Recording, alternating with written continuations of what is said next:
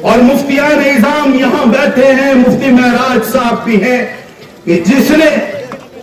بھارت ماتا کی جین کا نعرہ لگایا، سوریا نمسکار کا عمل کیا، سورج کی پوجا کی،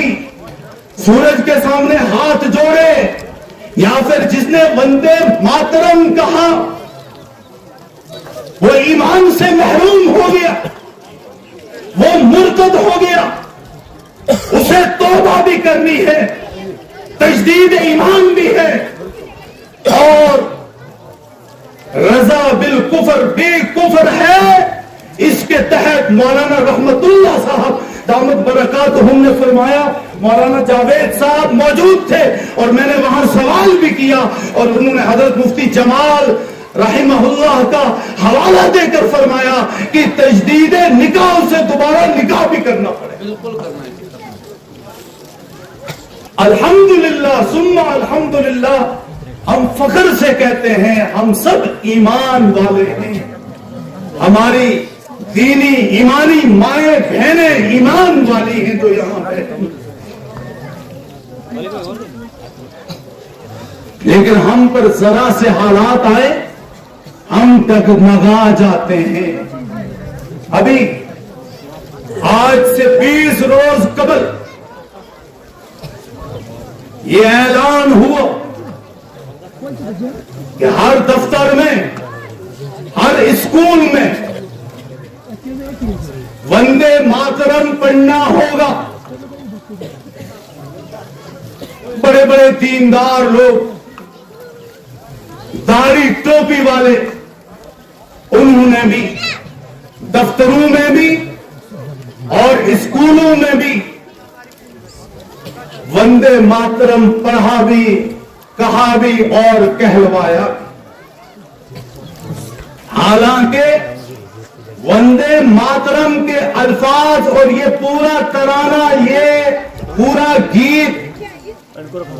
کفریہ اور شرکیہ کلمات پر مبنی، اس میں زمین کو یہ کہا گیا ہے کہ اے زمین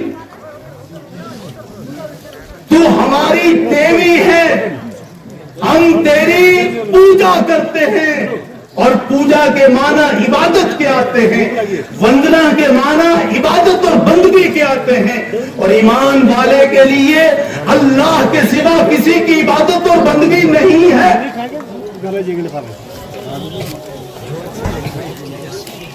اب جنہوں نے یہ کفریہ کلمات کہے، یا اس کے اوپر خاموش رہے، خاموشی اختیار کی، اپنے اسکول کالج پڑھنے والے بچوں کو پڑھنے دیا، تو یاد رکھے رضا بالکفر بھی کفر ہے۔ کفر کے اوپر خوش ہونا، راضی رہنا، خاموشی اختیار کرنا،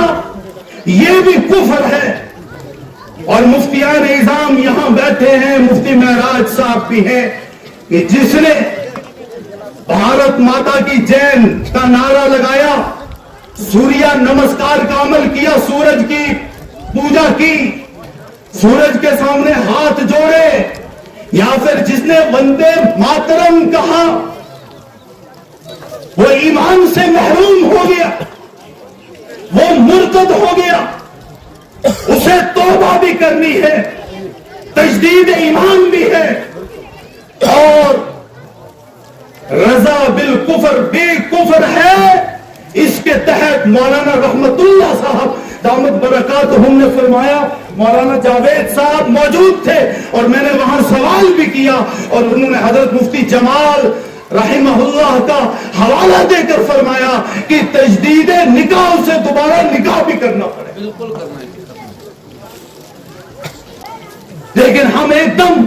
ڈگمگا جاتے ہیں، خوف زدہ ہو جاتے ہیں اور تنکے کی طرح بہہ جاتے ہیں۔ مسلمان کو تنکے کی طرح بہنا نہیں ہے، اس کو چٹان کی طرح کھڑے رہنا ہے۔ حالات کتنے ہی سخت کیوں نہ آئیں گے ایمان والوں پر، ماضی میں بھی آئے ہیں، حال میں بھی آئیں گے، حال میں بھی آ رہے ہیں، مستقبل میں بھی آئیں گے، لیکن اللہ کا فرمان ہے وَلَا تَحِنُوا وَلَا تَحْزَنُوا وَأَنْتُمُ انتم الاعلون ان کنتم مومنین، تم ہمت نہ ہارو، اپنے دل کو پست نہ کرو، حوصلے کو پست نہ کرو، اپنے حوصلوں کو کمزور مت کرو، تم ہی غالب رہو گے ان کنتم مومنین، بشرطے کہ تم ایمان والے ہو۔ اور تمہیں پتا ہوگا مولانا ابو الحسن علی میاں ندوی رحمت اللہ علیہ، جو آل انڈیا مسلم پرسنل لا بورڈ کے دوسرے صدر عالی وقار تھے، ان کے دور میں اٹل بہاری واجپئی جو ہے وہ وزیر اعظم تھا، اس دور میں اس نے بھی اسکولوں میں وندے ماترم کا ترانہ گانے کے لیے کہا تھا۔ جب وہ لکھنؤ ندوۃ العلماء میں پہنچا تھا تو مولانا ابو الحسن علی میاں ندوی کو کہا، آپ اس ترانے اور قومی گیت کے گانے میں کیوں رکاوٹ بن رہے ہو، آپ اپنے مسلمانوں کو کیوں منع کر رہے ہو؟ تو وقت کے وزیر اعظم اٹل بہاری واجپئی کی آنکھوں میں آنکھیں ڈال کے دندان شکن اور مسکت جواب مولانا ابو الحسن علی میاں ندوی رحمت اللہ علیہ نے دیا تھا۔ کہا اٹل بہاری سن لو، میری قوم کے بچے ان پڑھ رہیں گے، مجھے اس کی کوئی پرواہ نہیں ہے، ساری قوم کے بچے، میری پوری قوم کا بچہ ان پڑھ رہ جائے گا، یہ مجھے گوارا ہے، لیکن میری قوم کے بچے مسلمانوں کے اوپر، ان کے دین و ایمان کے اوپر ذرا برابر بھی کوئی آنچ آ جائے، یہ مجھے قطعاً ہرگز برداشت نہیں۔